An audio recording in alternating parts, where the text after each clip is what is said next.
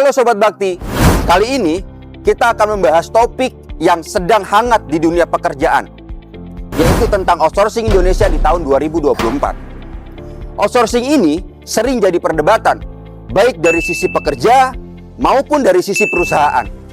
Mari kita kupas bersama.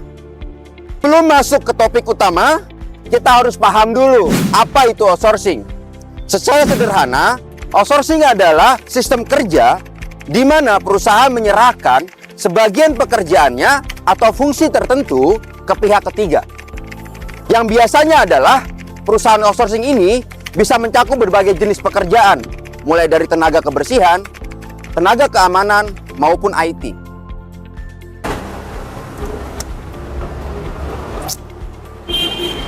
Di PT Bakti Satria Persada menyediakan tenaga kerja yang mencakup berbagai jenis pekerjaan, mulai dari tenaga security, cleaning service, driver service, staff warehouse, operator produksi, office support staff, dokumen service, maintenance facility, dan masih banyak lagi.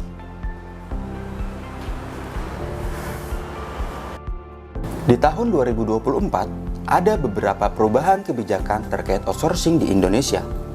Pemerintah mulai memberlakukan regulasi yang lebih ketat mengenai penggunaan tenaga kerja outsourcing.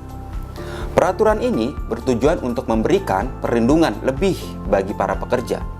Misalnya, ada pembatasan jenis pekerjaan yang boleh di-outsourcing dan juga ketentuan mengenai jaminan kesejahteraan pekerja, seperti tunjangan kesehatan, kepastian upah, dan lain sebagainya.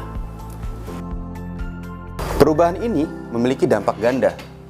Bagi pekerja, ini bisa berarti adanya perlindungan lebih dan kondisi kerja yang lebih baik. Namun, di sisi lain, beberapa perusahaan mungkin akan lebih selektif dalam menggunakan tenaga kerja outsourcing. Hal ini bisa berdampak pada pengurangan jumlah pekerja outsourcing. Bagi perusahaan, tantangan utamanya adalah bagaimana tetap bisa efisien dengan tenaga kerja yang ada tanpa melanggar regulasi baru ini. Sedangkan bagi pekerja, tantangan utamanya adalah bagaimana tetap kompetitif dan bisa mempertahankan pekerjaannya di tengah perubahan regulasi ini. Solusinya, untuk perusahaan bisa fokus pada pelatihan ulang dan peningkatan keterampilan bagi karyawan tetap agar bisa mengurangi ketergantungan pada outsourcing. Sedangkan bagi pekerja, upskilling dan reskilling menjadi kunci agar tetap memiliki daya saing di pasar kerja.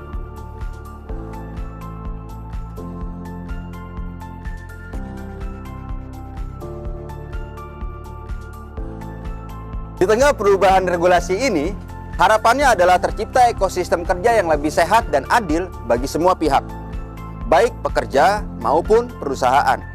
Karena pada akhirnya, kesejahteraan pekerja akan berdampak positif pada produktivitas perusahaan.